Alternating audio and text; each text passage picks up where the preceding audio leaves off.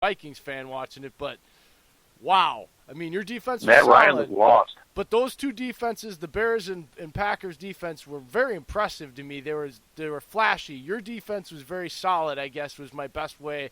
It just and normally it's scary as hell when I watch it on tape. And that might just be a cause of week one or just the scenario they were in. But that's my true takeaway, JB, without being a homer. I don't think these offenses are anything to write home about going into week two. This is on the defenses. Who can make plays and who can be scarier, in my opinion. Yeah, and I agree. I didn't think either offense in week one was outstanding. Like you said, the Vikings' ground game was great. They didn't have a lot of long drives that they needed. The defense set them up nicely. After the first series with the blocked punt, you only had 28 yards to go. So with the turnovers, the field was kind of short for the Vikes. They didn't need to do much. The Packers, if you guys don't run the football, it's going to be really hard. I know that Rodgers is fantastic, but I don't know why you guys can't find a running back that can go back there and just get the job done. It seems like you struggle every year with that position, and when you think you have a guy, it's the he gets hurt. Line. There's a problem with number 65 that plays left guard, and at this point, we're still trying to figure out why he's in there because he's just average at best, bud. And it's one of those scenarios where we keep watching him on tape. We watched him get outperformed by a rookie that was rated one of the highest interior offensive linemen. It was a second-round pick the this entire year. league. They spent the second-round pick on him, and he's absolutely phenomenal. And yet, you watch this guy. I watched Lane Taylor a few times on tape at the beginning of that game be beat on the first step. Like 1.5 seconds in, he's already on his heels being beat. I mean, that's the issue there. I mean, because we've seen when they have the holes, we don't have really big power backs. You know what I mean, JB? Like, we don't have like a hammer back. They're those twitchy guys that are perfect for the zone stretch seam. So if they're not getting that ability to either get the front or the backside cut, put their foot in the ground and use their speed and quickness to get up, there's not going to be much of a run game. And Lane Taylor, even when he doesn't get on his butt on the run, I watched him just completely. He let Raekwon Smith twice just go free and make a tackle for a loss, and then to take an easy double team and stuff. Just bad mistakes from veteran offensive linemen is really the answer, in my opinion, why you're not seeing the run game. And the running backs don't have the ability for power game there, so that's the issue, I think. Well, certain circumstances for this game, JB, I went ahead and looked at the injury report today. A couple things caught my eye. You guys got three corners that either limited participation, did not participate, and then Pat Elflein, your center, did not participate. And I'm like, what's going on? He was healthy Sunday. Yeah, I saw that too. Elflein, there's a knee issue with him. I'm not sure how bad it is. It'll test the depth of the offensive line, and I don't really know how deep we go because, again, it's young, it's a new line in a lot of cases. I think it's better than last year, but I don't know how deep we're going to go. Alexander's elbow. Yeah, I saw Alexander on there. But Hughes is supposed to play, I think. They're talking about Mike getting back. Well, they said they see day to day. They say he's looking better. I know because I watched Zimmer's press conference. He said, yeah, he's looking a lot better. He's still taking it day to day because they don't want to try and rush him back and then lose him for another 4 or 5 games. Right. And if we're down him and Alexander, that's going to be hard. It's going to be difficult.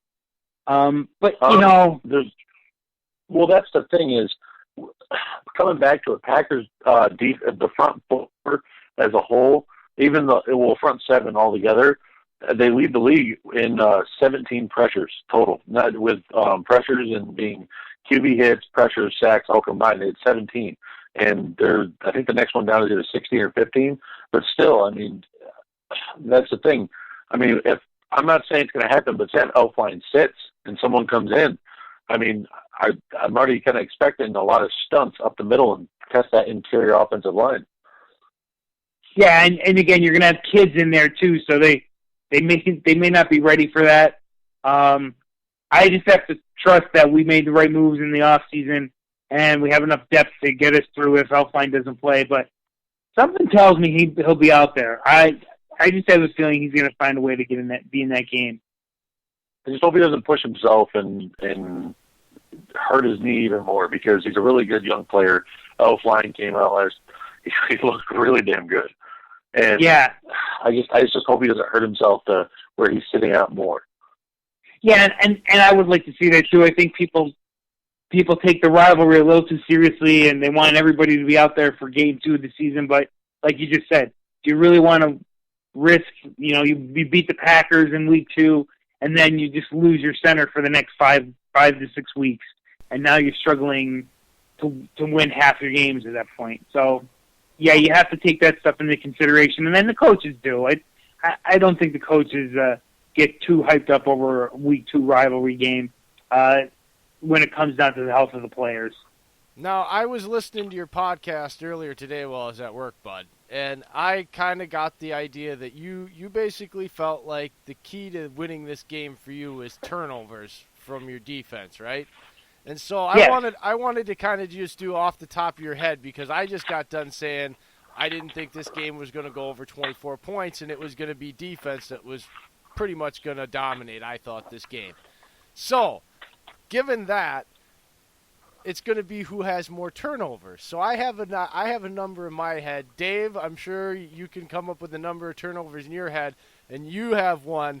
And so, to me, you go ahead and throw your number out there, and then we'll throw our number out there, and we'll see if we have the same or who has more. Because I think the defense that has the most turnovers is going to create the most amount of opportunities, short field and such, to set their offense up to win this game. Do you agree?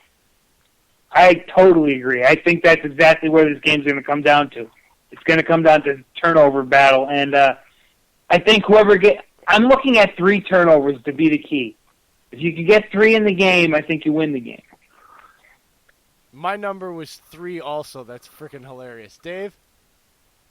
I got more exact numbers. And I know it's a stretch coming out saying this. Of course, we go simple, Jay. See, this is what my partner does to me all the time. We go simple, and then he always breaks the rules the games I make. I swear to God, he's like that one friend that you're like, you make the rules, and then you're playing Monopoly, and he's like, well, no, for 500 you get 3 motels, not just 1 house.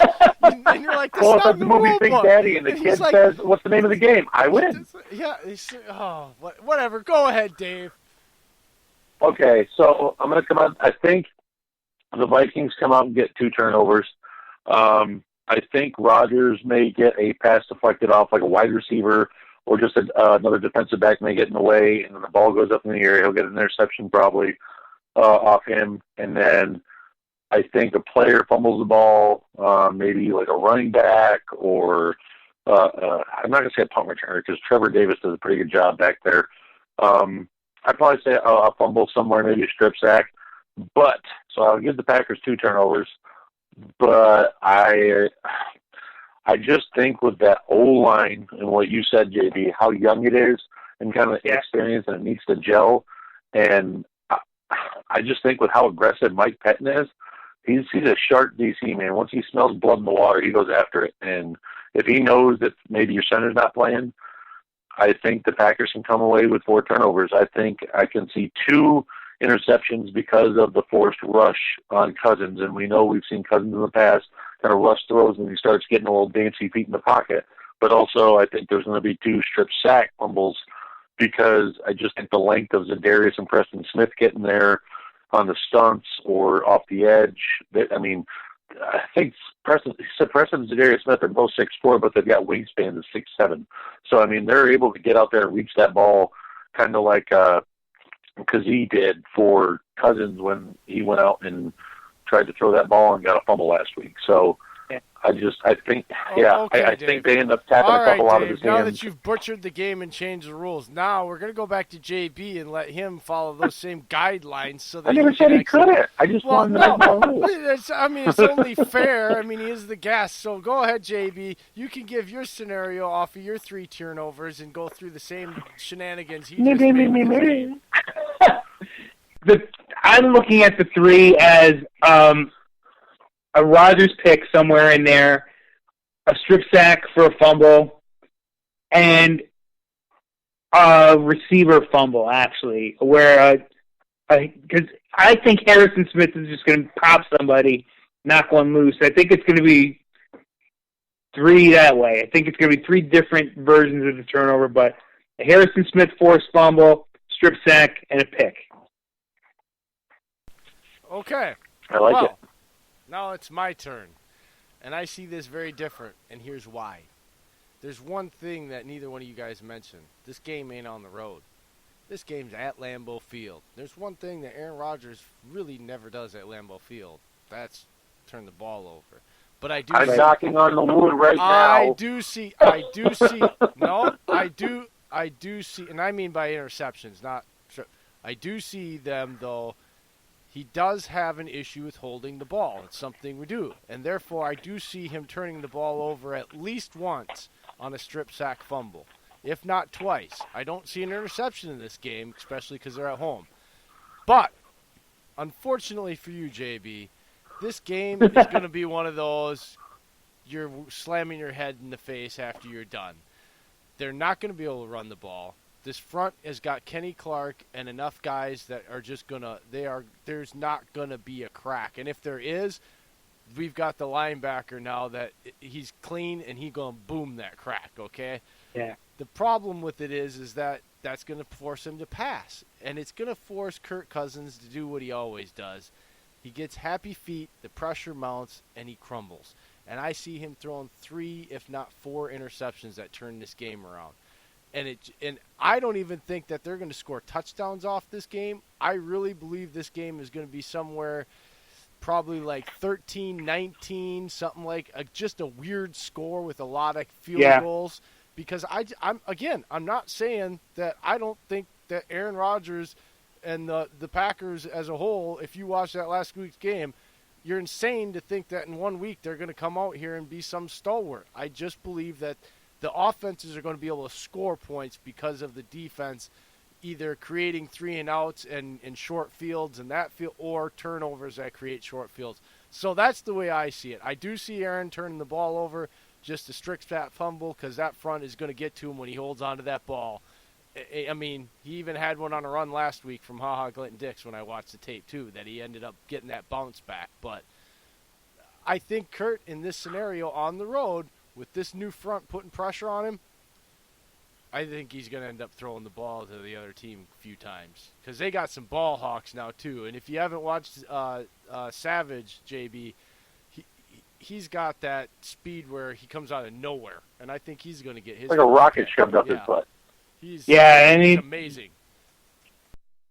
This is a much better Packers defense than you've had in a couple of years, and that scares me a lot. It's been 10 years, JB. Be real. You don't have to be shy. Be real. You're a Vikings fan. Our defense is flat out sucked, and you have been you lick your chops every year that you play Green Bay.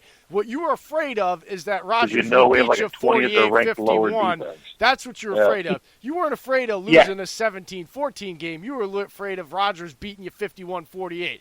So it's okay. You don't have to. You might be on our podcast, but trust me, we're right there with you. You laughed at Green Bay's defense for the last decade. It never scared you. Everyone did. It got you giddy to play them every time you had to play them twice a year. Be honest, man. No, it's true. I mean, I never worried about points being scored by the Vikings. You're exactly right. I worried that we were going to score too fast and leave Rodgers time to beat us in the final minute. That's what I worried about. You know what? I'm actually going to piggyback off that and say, I know Packer fans respect Mike Zimmer's defense and his ability to contain Rodgers in the past. Do you think he's prepared, or kind of like looking at different tapes of Shanahan or McVay to kind of get a feel of LaFleur's new offense with Rodgers? Yeah, I mean, Zim's good at prepping his team. The problems on defense that I have seen in the last couple of years with the Vikings when they've had issues, penalties get us in trouble, and you really can't prepare your team that way. I mean, that's discipline. They have to. The guys in the field have to execute that way. I think he's ready. I do.